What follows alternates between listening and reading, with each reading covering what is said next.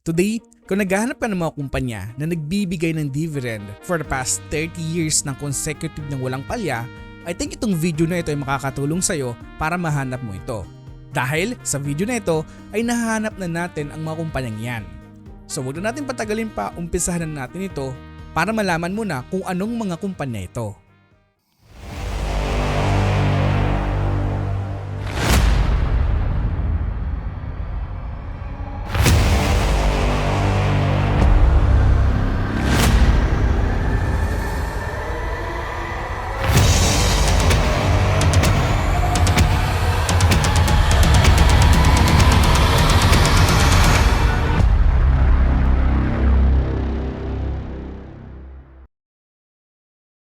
Una sa lahat, bakit nga ba natin gustong malaman kung ano yung mga kumpanya na nagbibigay ng dividend for the past 30 years? Dahil dito natin malalaman yung mga stable na kumpanya na kahit magkaroon man ng recession, depression, ay talagang subok na ang mga kumpanyang ito. Ngayon, sa paghahanap natin ng mga kumpanya, hindi ito recommendation na bilhin mo na agad because you have to do your own research na pag-aralan muna yung mga kumpanya bago mo ito bilhin. And also, yung ginamit natin dito sa paghahanap ng mga kumpanyang ito ay ang ating website na Create.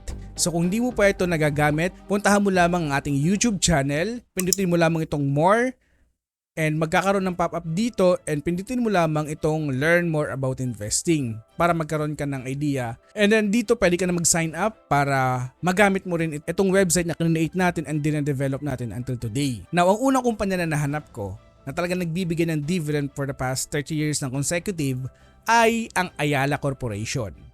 Now, if we look sa information na ito, now alam naman natin na ang Ayala ay isa sa mga pinaka-prominenteng kumpanya dito sa ating bansa and one of the oldest conglomerate sa Pilipinas. And marami itong pinagkukunan ng revenue. In short, diversified ang kanyang pinagkukunan ng mga revenue ang kinikita. And as of today, meron itong 381 billion pesos na market cap.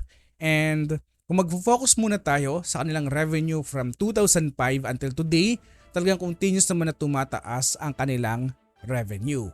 Na mag-focus na tayo doon sa kanilang dividend over the years. Now again, itong data na ito ay ginawa natin sa ating website, sa ating research tool para magamit natin ito at makahanap ng mga kumpanya na nagbibigay ng dividendo over the years. So, imagine from 1992, ang dividendo na ibibigay lamang nila noon ay nasa 3 centavo lamang. And over the years, talagang consistent itong nagbibigay ng dividends sa kanyang mga shareholders.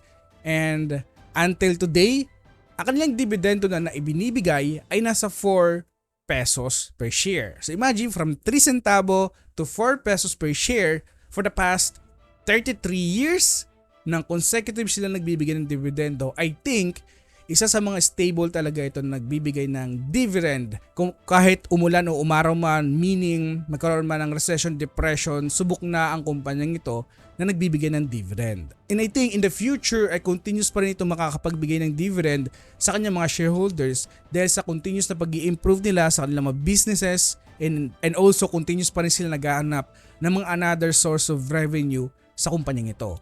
And one of the best advantage ng Ayala Corporation as of today. Now, ang pangalawang kumpanya na nahanap ko ay ang kumpanyang FEU, ang Far Eastern University. So now, alam naman natin ang kumpanyang ito ay nasa education stock at talagang stable talaga ang mga business pagdating dito. Now, kung mag-focus tayo sa kanilang revenue over the years from 2005 until 2023, ay talagang continuous na lumalago ang kanilang revenue. So over the years, lumalago ang kanilang revenue. Na mag-focus tayo sa kanilang dividendo na ibinibigay sa kanyang mga shareholders. So imagine this information then, from 1992 din, nagbibigay na sila ng dividends sa kanyang shareholders. So imagine, noong 1992, nagbigay na sila ng 12 pesos per share. And continuous ito nagbibigay ng dividends sa kanyang mga shareholders until today. Today sa kanilang dividend financial information, ang binibigay na nila ay nasa 16 pesos per share. And also ay halos twice a year ito nagbibigay din ng dividend. One of the best advantage of FEU today ay talagang stable ito nagbibigay ng dividend, and also very stable ang kanilang nakukuhang revenue dahil sa continuous na dumadami ang kanilang customers sa pamamagitan nag-i-enroll sa kanila, and sa pamamagitan nun, habang dumadami yung nag-i-enroll sa sa kumpanyang ito, ay dumadami din at palaki ng palaki din ang maibibigay nilang dividendo over the years sa kanyang shareholders. So another company na nahanap ko ay ang kumpanyang BPI. Now, today, ang BPI is one of the biggest bank dito sa ating bansa. And kung titignan din natin dito at mag-focus tayo sa kanyang financial information, ay marami din itong pinagkukunan ng revenue. And as of today, ang kanilang market cap ay nasa 637 million pesos. And over the past years, ay continuous na lumalago ang kanilang revenue. And over the past 3 years alone, ang pinaka-significant na nag-increase sa kanilang CAGR, meron silang compound annual growth rate na nasa 30%. Now, kung mag-focus naman tayo sa dividendo na binibigay nito over the years, so from 1994, bibigay na ito ng dividendo sa kanyang mga shareholders, and continuous ito nagbibigay talaga, no? And dito pinapakita lamang sa atin kung gaano ka-stable yung kanilang dividendo na ibinibigay sa kanyang shareholders. And alam na natin na ang BPI talagang marami itong customers and one of the trusted bank dito sa ating bansa as of today. And para sa akin, in the future, ay continuous pa rin itong magbibigay ng dividends sa kanyang shareholders because of their strong, aggressive expansion, and kitang-kita naman natin sa kanilang revenue over the years and also in terms of their income. Now, another company na nahanap ko na nasa blue chip stock ay ang kumpanyang JFC, ang Jollibee Foods Corporation. Now, again, itong Jollibee Foods Corporation ay isa din sa mga prominenteng kumpanya dito sa ating bansa and one of the growth driver din ng Pilipinas, no? And one of the flagship brand na pwede nating ipagmalaki sa ibang lahi, no? And kung titignan natin, as of today, marami na itong mga brands na hawak and continuous pa rin sila nag-expand ng mga brands na I think makakatulong para lumago in the future ang kanilang market share pa.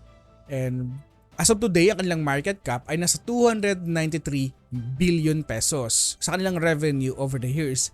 And over the past 3 years alone, ang kanilang compound annual growth rate ay nasa 25% na ngayon.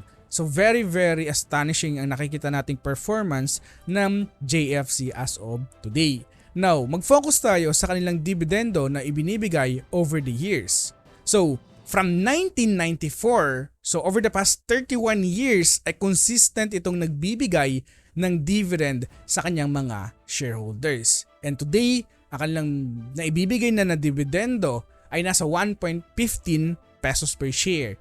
And kung magfo-focus din tayo dito ay halos twice a year din sila nagbibigay ng dividend sa kanyang mga shareholders.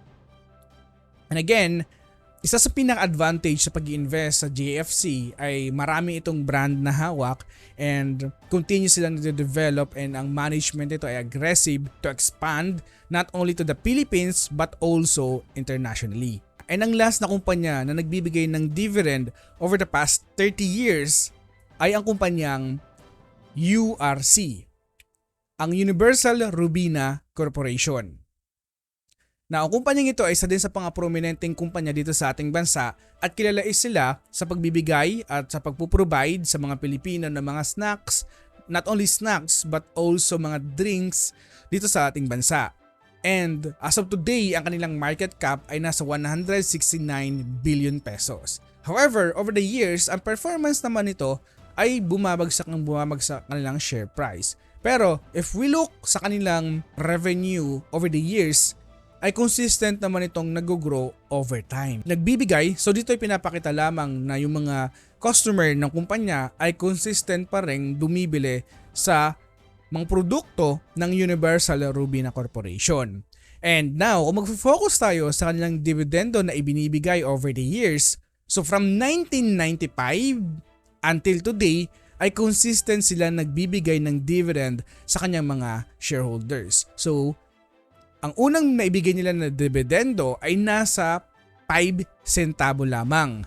And today, ito ay nagbibigay na sila ng dividendo na nasa 1.90 pesos per share. And also, itong URC ay halos twice a year din na nagbibigay ng dividend sa kanyang mga shareholders. So ito guys yung mga kumpanya na nahanap ko today na nagbibigay ng dividend na consistent over the past 30 year. It is safe to say, kung ikaw isang dividend investor, it's safe to say na tignan mo itong mga kumpanyang ito, mali mo meron ka mga kumpanya na nagustuhan sa mga nabanggit natin. Now, guys, this is Pse Warrior na lagi nagpapaalala na invest wisely and see you on the other side.